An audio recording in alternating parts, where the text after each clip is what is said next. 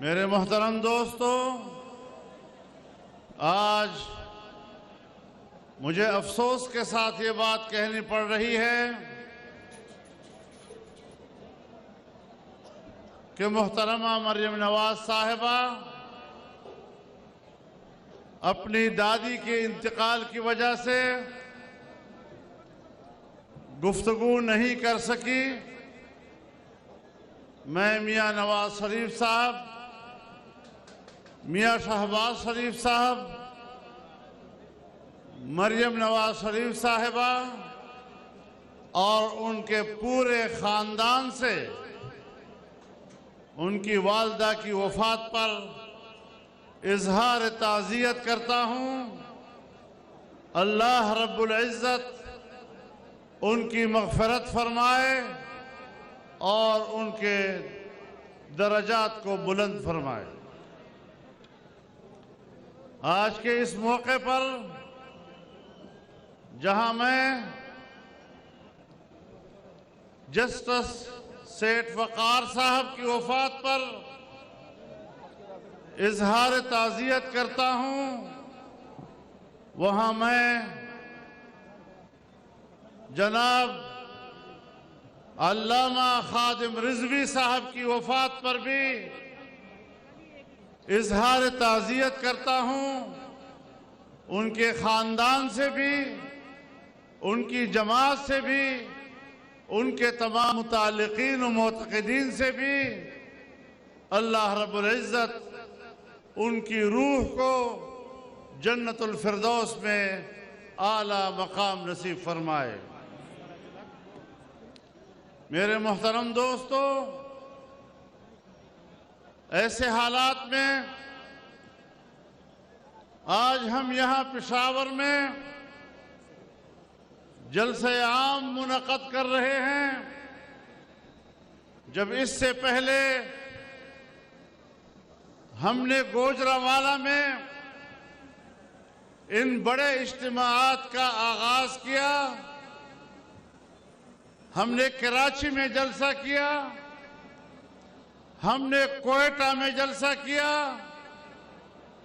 اور آج اہل پشاور نے اور خیبر پختونخوا کے عوام نے تو ریفرینڈم ہی کر دیا، اور اس جلسے میں اس عظیم الشان شرکت کے ساتھ آپ نے دھاندلی کے نتیجے میں آنے والی حکومت کو مسترد کر دیا ہے۔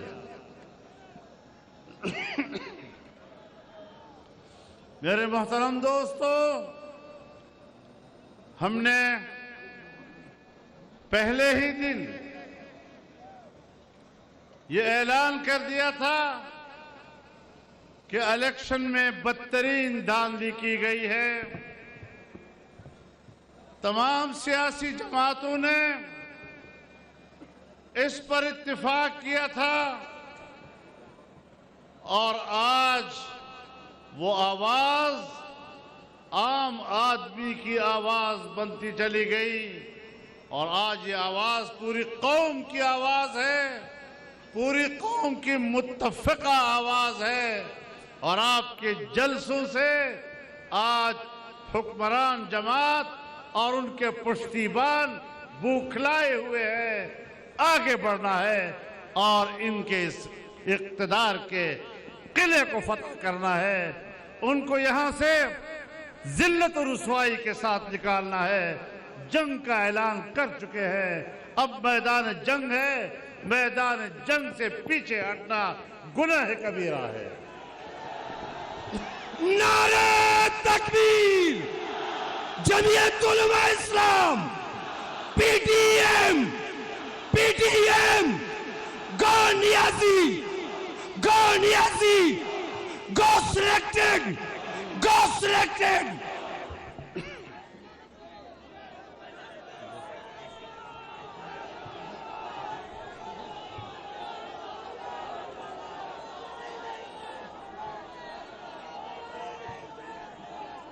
داخلہ اشارہ بولے پتبر میں در تو وہ آلات پتبر۔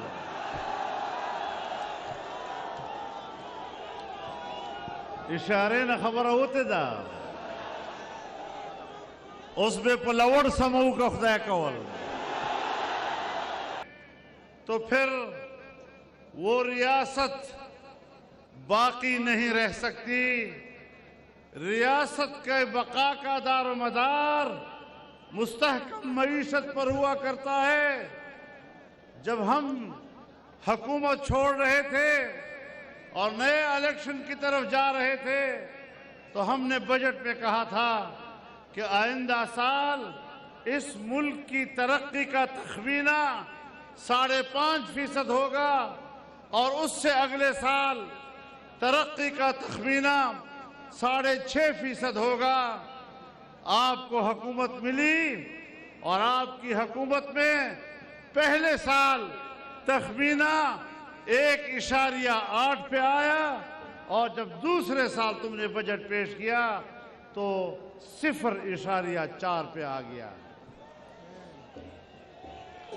اور اسٹیٹ بینک آف پاکستان نے 3 روز پہلے اپنا بیان جاری کیا ہے کہ سن 1951-52 کے بعد پاکستان کی تاریخ میں پاکستان کا سالانہ بجٹ 0.4 پر آیا ہے.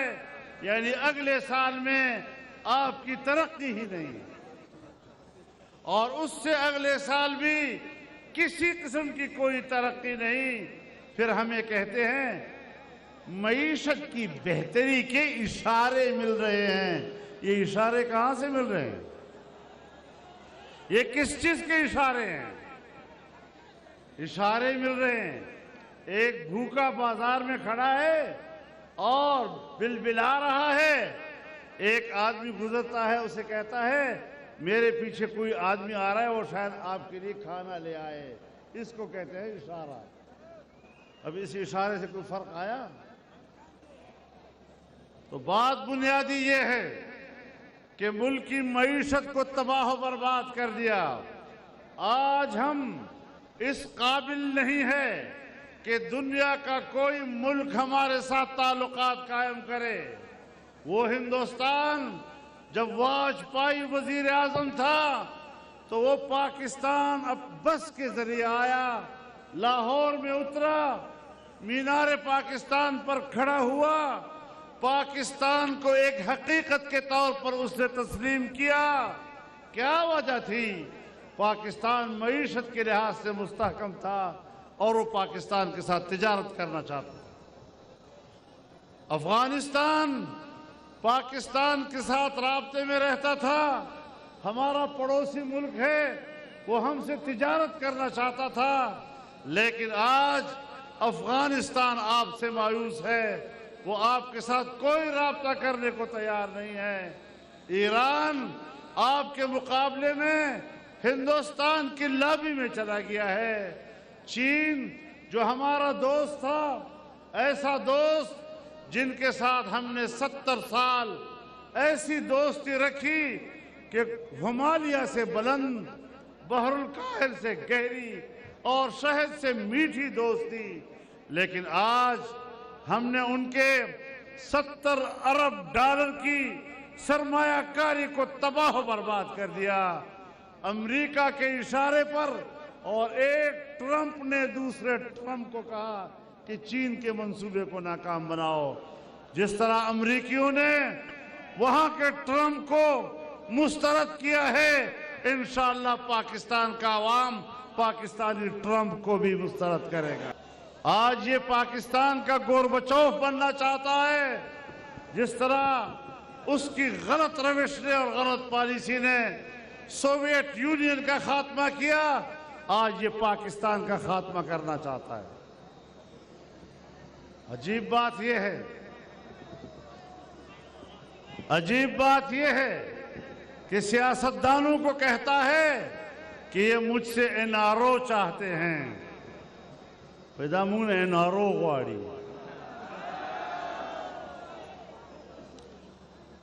او د NRO دومره ښه ده چې موږ د NRO دا او هم نه قبلو.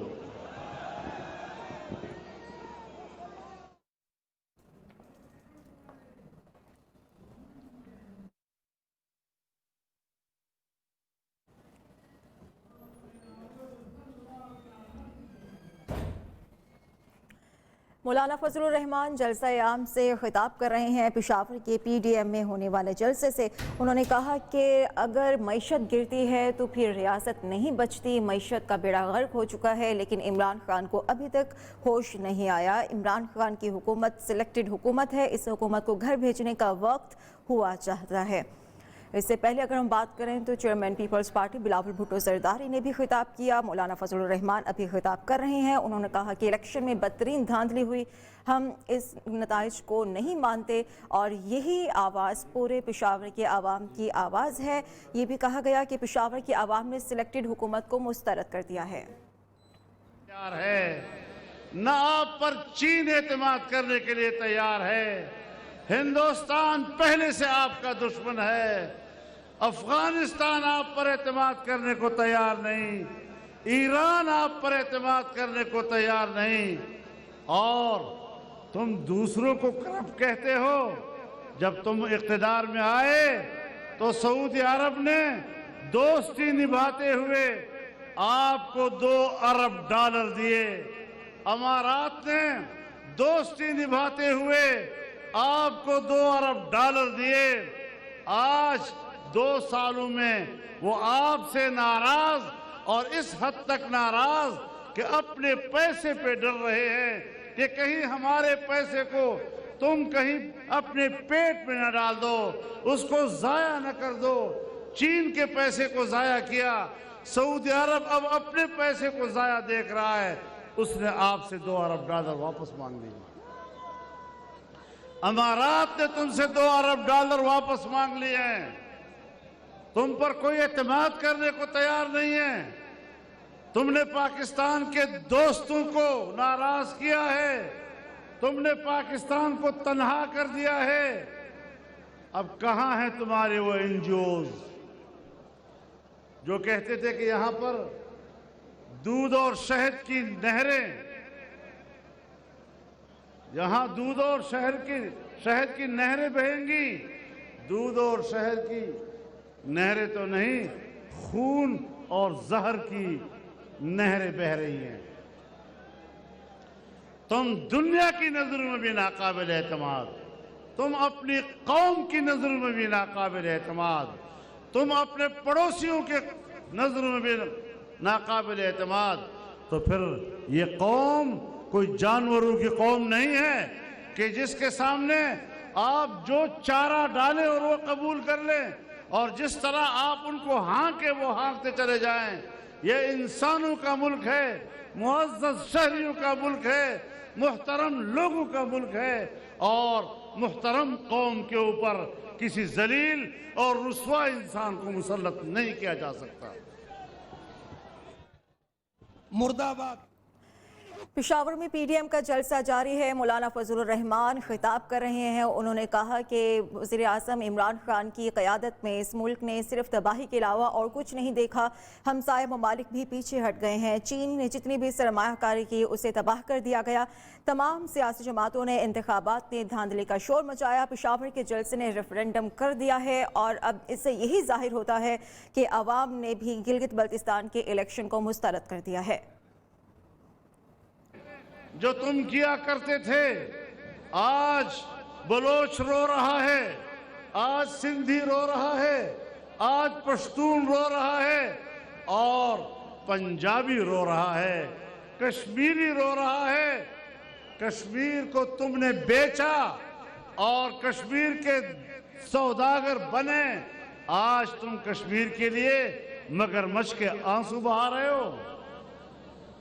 کیا اقتدار میں آنے سے پہلے تم نے کشمیر کو 3 حصوں میں تقسیم کرنے کا فارمولہ پیش نہیں کیا تھا؟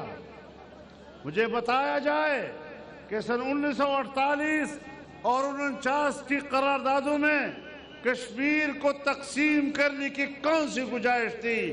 ہم نے 70 سال تک کشمیریوں سے ایک ہی بات کہی کہ آپ نے اپنے مستقبل کا فیصلہ خود کرنا ہے، آپ کی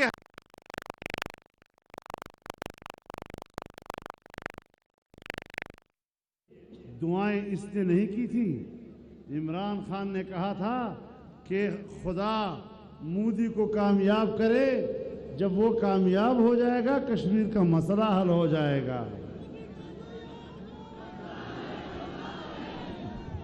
مودی کا جو یار ہے، انڈیا کا جو یار ہے، مودی کا جو یار ہے، یہودیوں کا جو یار ہے.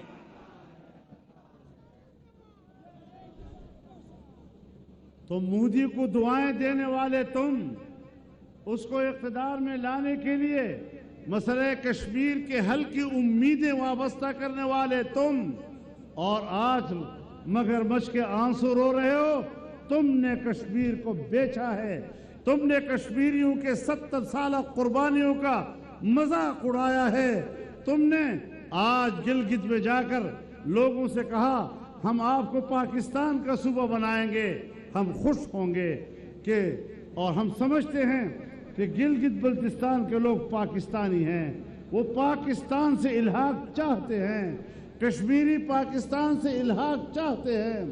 لیکن ان کے باقاعدہ حق خود ارادیت کی بنیاد پر اپنا فیصلہ خود کرنے سے پہلے یہ کہہ دینا کہ ہم آپ کو پاکستان کا صوبہ بنائیں گے. آپ مجھے بتائیں کہ آپ نے مسئلہ کشمیر کو ذبح نہیں کیا. اس طریقے سے آپ کشمیر کے مسئلے کو حل کر رہے، اس طریقے سے آپ کشمیر کے مسئلے کو حل کر رہے ہیں. ہم نے ان کی لاشوں پہ سیاست کی 70 سال، ہم نے وہاں کی ماں اور بہنوں کی عزتوں اور ان کے ناموس اور عصمت پہ سیاست کی.